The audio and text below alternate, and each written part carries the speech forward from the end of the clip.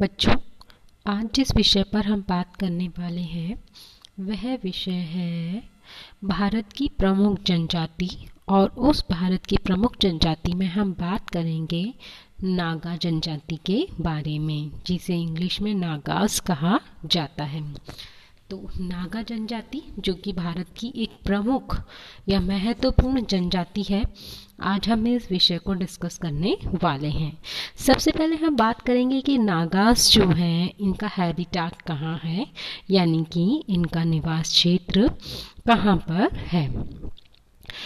अब नागा जो है वास्तव में देखा जाए तो ये उत्तरी पूर्वी भारत की प्रमुख जनजाति है। मतलब भारत को हम देखें तो भारत का जो उत्तरी और पूर्वी भाग है ये वहाँ की प्रमुख जनजाति है, और इस का मुख्य निवास क्षेत्र जो है वो नागालैंड है। भारत का जो राज्य है नागालैंड, उस नागालैंड में इसका मुख्य निवास पाया जाता है। मतलब सर्वाधिक या मुख्य रूप से ये भारत में भी कौन से राज्य में निवास करती है? नागालैंड राज्य में निवास करती है। परंतु ये जनजाति नागालैंड के बाहर भी निवास करती है। नागालैंड का बहुत बड़ा भाग पहाड़ियों से घिरा हुआ है। इसके अतिरिक्त पटकोई पहाड़ियों में, मणिपुर तथा मिजोरम के पठारी भागों में, असम तथा अरुणाचल प्रदेश में नागा जनजाति के लोग रहते हैं। ठीक है, अब हम नागा जनजाति की बात करें तो अभी हमने देखा कि ये भारत की एक प्रमुख जनजाति है जो कि भारत के उत्तरी पूर्वी भाग में निवास करती है। और स्टेट वाइज अगर हम देखें तो ये जनजाति भारत के नागालैंड में निवास करती है। और साथ ही साथ अगर हम देखें तो ये नागालैंड के बाहर भी निवास करती है, क्योंकि नागालैंड का बहुत अधिक भाग जो है वो पहाड़ियों से घिरा हुआ है। तो फिर ये और कहाँ कहाँ निवास करती है? पटकोई पहाड़ियों में, मणिपुर में तथा मिजोरम के पठारी जो भाग हैं वहाँ पर भी ये जनजाति निवास करती है। उसी के साथ साथ असम और अरुणाचल प्रदेश में भी नागा जनजाति के लोग रहते हैं या पाए जाते हैं या निवास करते हैं। तो कुल मिलाकर नागालैंड, मणिपुर, मिजोरम, असम और अरुणाचल प्रदेश में इस जनजाति के लोग निवास करते हैं। मणिपुर, मिजोरम तथा त्रिपुरा के पर्वतीय क्षेत्र से लेकर ब्रह्मा की अरकान पहाड़ियों तक विस्तृत नाग पहाड़ियों के दक्षिण में कुकी, लसाई, लखेर, चिन आदि जनजातियां रहती हैं। अब देखिए, ये नागा जनजाति है और इस जनजाति में भी अपने पार्टीशन या डिवाइडेशन है। तो अब ये बता रहे हैं कि नागा जनजाति में भी कौन कौन सी जनजातियां कहाँ कहाँ पर निवास करती हैं। तो मणिपुर, मिजोरम और त्रिपुरा के जो पर्वतीय भाग हैं और वहाँ से लेकर अगर हम देखें तो ब्रह्मा की अरकान पहाड़ियों तलक दक्षिण में कुकी, लसाई, लाखेर और चिन आदि जनजातियां निवास करती हैं या रहती हैं।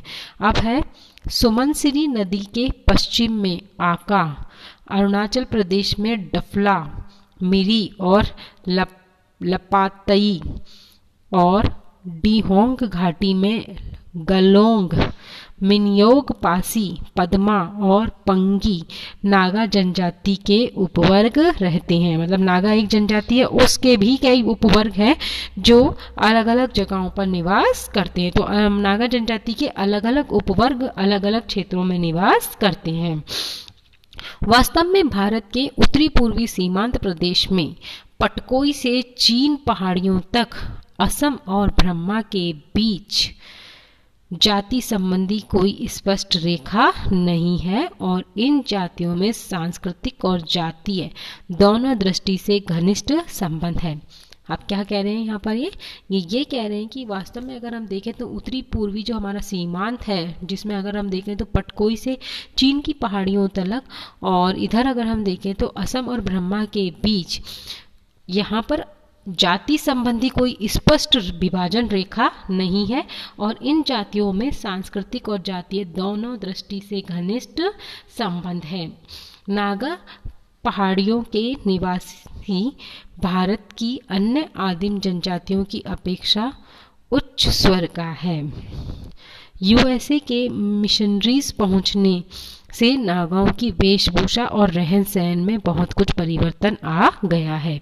अब हम देखते हैं कि भारत में जितनी भी जनजातियां निवास करती हैं उन सभी आदिम जनजातियों में नागा जो है वो उच्च स्तर की जनजाति है। और यूएसए में ये नागा पहुंच गए हैं। यूएसए के जो मिशनरीज स्कूल हैं, नागा जनजाति के लोग वहां तक पहुंच गए हैं और इसी के कारण इन नागाओं के रहन सहन, खान पान, वेशभूषा में काफ़ी परिवर्तन आ गया है। तो आप सोचिए कि जो उत्तरी पूर्वी भारत में निवास करने वाले नागाज लोग हैं वो यूएसए के मिशनरीज स्कूल्स में पहुंच चुके हैं और इसी के कारण इनके खान पान, वेशभूषा, रीति रिवाज में बहुत अधिक परिवर्तन आ गया है। तो ये थी नागा के बारे में कि उनका हैबिटाट या निवास क्षेत्र कहाँ है। अब हम बात करेंगे नागाओं की अर्थव्यवस्था के बारे में कि नागा की अर्थव्यवस्था किसके ऊपर बेस्ड है। क्या ये कृषि करते हैं, क्या ये पशुपालन करते हैं, या क्या ये कुछ इसके अतिरिक्त अन्य कार्य भी करते हैं। तो आइए देखते हैं नागाओं की अर्थव्यवस्था या इकोनॉमी। नागा जनजाति का मुख्य व्यवसाय कृषि, पशुपालन और आखेट है। यानी ये तीनों चीजें ही करेंगे। एक तो एग्रीकल्चर भी करेंगे, दूसरा पशुओं को भी पालेंगे और तीसरा आखेट यानी शिकार भी करेंगे। जहाँ पर सुविधाएं प्राप्त होती है, नागा जनजाति अपने घर के सदस्यों से कुटीर उद्योग भी स्थापित कर लेते हैं। यानी ये तो चार चीजें हो गई कि एक तो ये कृषि भी करेंगे, पशुओं को भी पालेंगे, पशुओं का शिकार या आखेट भी करेंगे और जहाँ कहीं इनको फेवरेबल कंडीशंस अवेलेबल हो जाती हैं वहाँ ये लोग कुटीर उद्योग भी स्थापित कर लेते हैं। नागा जनजाति की मुख्य आर्थिक क्रियाओं में आखेट, मछली पालन, कृषि कार्य प्रमुख है। अब सबसे पहले हम बात करते हैं आखेट की। ये जो शिकार करते हैं उसके बारे में बात करेंगे। अब आखेट में हम देखते हैं कि नागा जनजाति के लोग जो होते हैं वो शिकार में या आखेट में बहुत अधिक प्रवीण और दक्ष होते हैं। ये जंगली जानवरों का शिकार करके उनके मांस एवं खाल का व्यापार करते हैं। मतलब ये जानवरों को पकड़ने में, उनका शिकार करने में बहुत निपुण होते हैं और ये उनका शिकार करने के बाद क्या करते हैं, उनकी खाल और उनके मांस का व्यापार करते हैं, उसे बेचते हैं। पहाड़ी एवं मैदानी नागाओं की आखेट करने की विधि भिन्न भिन्न है। मतलब पहाड़ों पर रहने वाले जो नागा हैं और मैदानों में रहने वाले जो नागा हैं, दोनों ही शिकार तो करेंगे लेकिन दोनों का शिकार करने का मेथड या विधि कैसी है, अलग अलग है। जंगलों से जानवरों को खदेड़कर नदियों के खादर में लाकर भालों से मारना सभी नागाओं में प्रचलित है। अब अधिकतर जो नागा हैं वो शिकार करते हैं तो क्या करते हैं कि जंगलों से जानवरों को भगा भगा कर नदियों का जो खादड़ वाला क्षेत्र होता है ना, वहाँ लेकर आते हैं और फिर भालों से मार करके उस जानवर का शिकार कर लिया जाता है। तो ये प्रथा जो है वो सभी नागाओं में प्रचलित है। ये जनजाति शिकार में मुख्य हथियार तीर, कमान, भाला तथा दाव का प्रयोग करती है।